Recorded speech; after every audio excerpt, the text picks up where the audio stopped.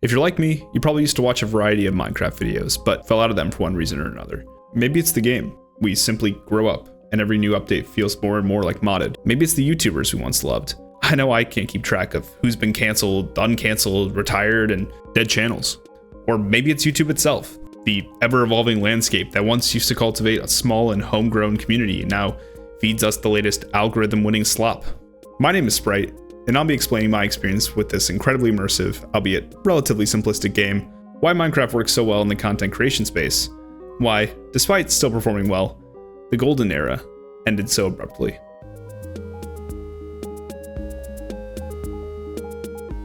So how do we define the golden era of Minecraft content? Is it stuff made in beta Minecraft? Alpha even? Well, I'd say it's pretty subjective to when you first picked up the game, but let's look at Google Trends data to gauge viewer interest at the time.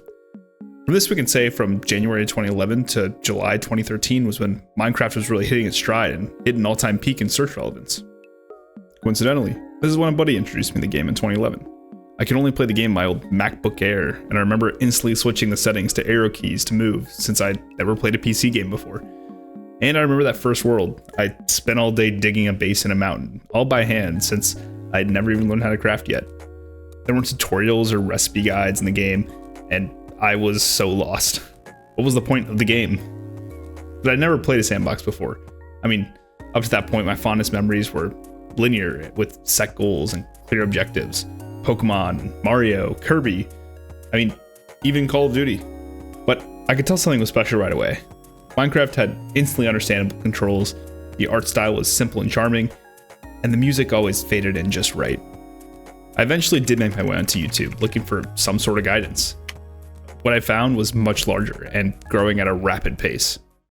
So very end of alpha is when I started playing Minecraft, and I've always been into the survival part of it, but now I sort of start to realize that there's a lot more to Minecraft, and there's many different ways you can play. Like it's more like, okay, every item has a little stat, every item does X number of damage, and so on and so forth.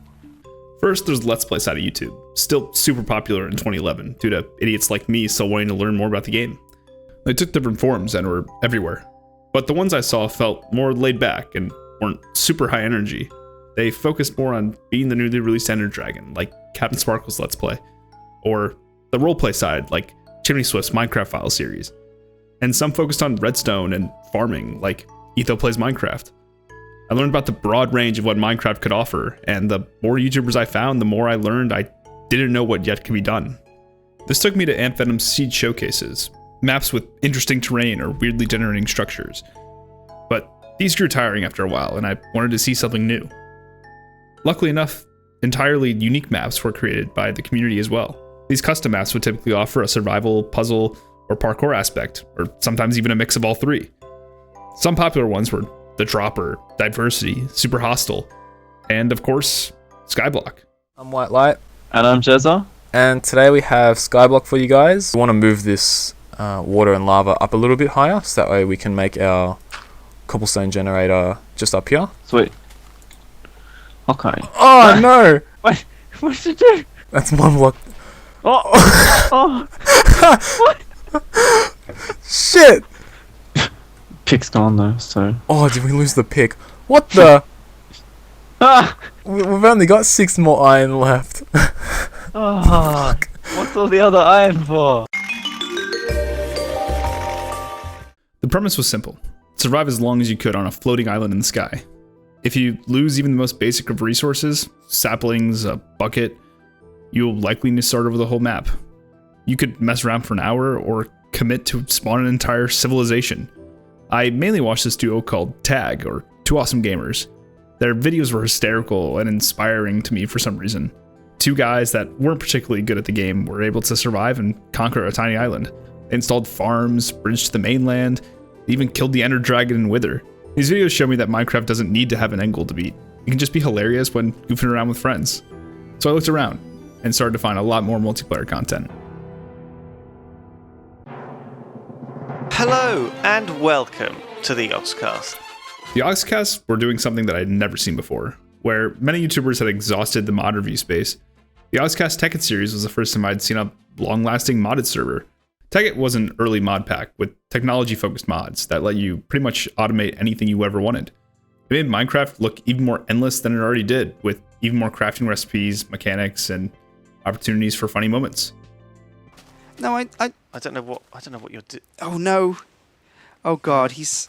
Oh god, what a flight. Oh god. My DVT is flaring. Oh god, I'm in a terrible mood. What the fuck is going on here? Oh? What are all these trees? They had different groups on the server that were funny in their own right, but every once in a while would cross paths with other groups.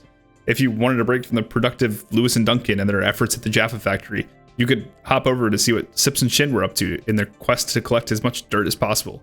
It was organic, with the occasional bit to spice things up, but eventually I found modded videos complicated and not relatable to the game I was playing. I was never going to figure out how to install these early mods, and let alone set up a server for my friends to play. I went back to vanilla content, and luckily a new genre was just brewing. Welcome everybody to Season 4 of Mindcrack. UHC mode is in effect, so any damage taken will be permanent damage. Everyone, as you can see, we have deaths under our names, and it's under the tab window in case you're not near them. I think that's it. Everybody run off. Everybody run off. Leave those on, suckers. Yay! Good launched the Mindcrack server in 2010, but I didn't start watching until 2013, or Season 4. If you don't know what Mindcrack is, it was basically the first SMP, like Hermitcraft. The goal was for content creators to come together, build shops, prank, play minigames, and do battle. There was not a lot of roleplay at the time, but what made up for it were the creators on the server. I mainly followed Etho's antics, his crazy futuristic redstone-filled potion lab, the insane nether hub he built with BOO, and the death games, which would cycle a name to kill every day and pay a diamond as a reward. His creativity made him a joy to watch, and still watch to this day. I occasionally spent time watching BOO, Good, Vintage Beef, Pause and Pause, and so many others. A huge aspect of having a creator-only server was sharing the audience. This was also part of the reason why the PvP community exploded.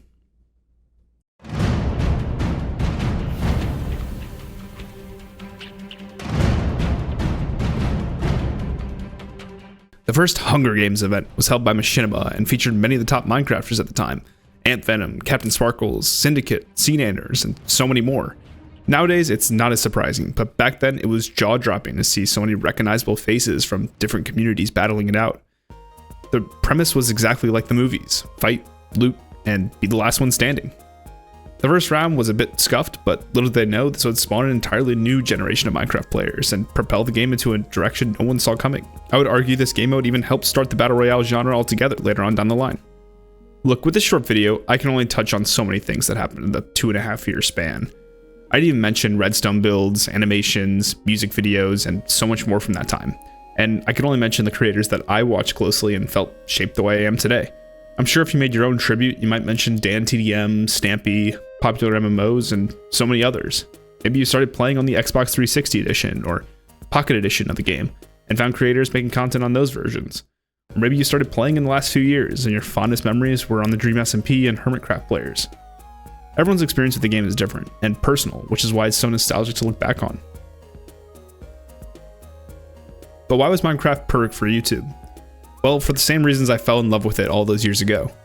It had an incredibly iconic art style and allowed anyone to create their own worlds and stories.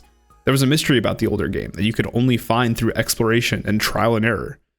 And you were only limited by your creativity. This creativity was great for video, and creators who started their careers on other games quickly switched to Minecraft because of the game's limitless potential. But why did this era end then? To be clear, the game was still doing extremely well, and I could make a whole separate video on the couple of years following Golden Era since there was no shortage of content. But the game did peak, so clearly something was going on.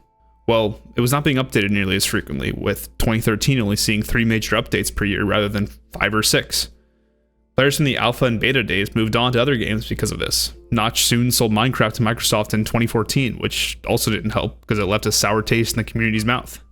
Minecraft had also grown so large that the original players started to feel like the game was becoming too much like modded, and some new players would complain that there weren't enough updates. Also, Minecraft was everywhere on YouTube. During the Golden Era, YouTube would prioritize watch time, so longer Let's Plays dominated the space and helped propel the game.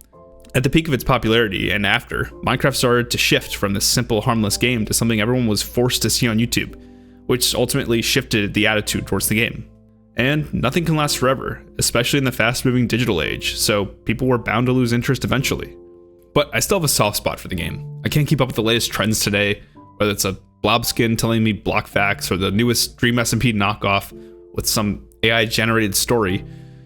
It's just not what Minecraft was to me. Minecraft was a bare-bones game that was most fun when you didn't know anything about it. I don't have the first world I ever made, but I do have the second one, heavily inspired by Chimney Swift. I would ride my old iPhone 4S, all the ideas I would make. A museum, a movie theater, a lighthouse, backyard pool. Not for the sake of making any content, but just for the sake of entertaining myself in the empty void.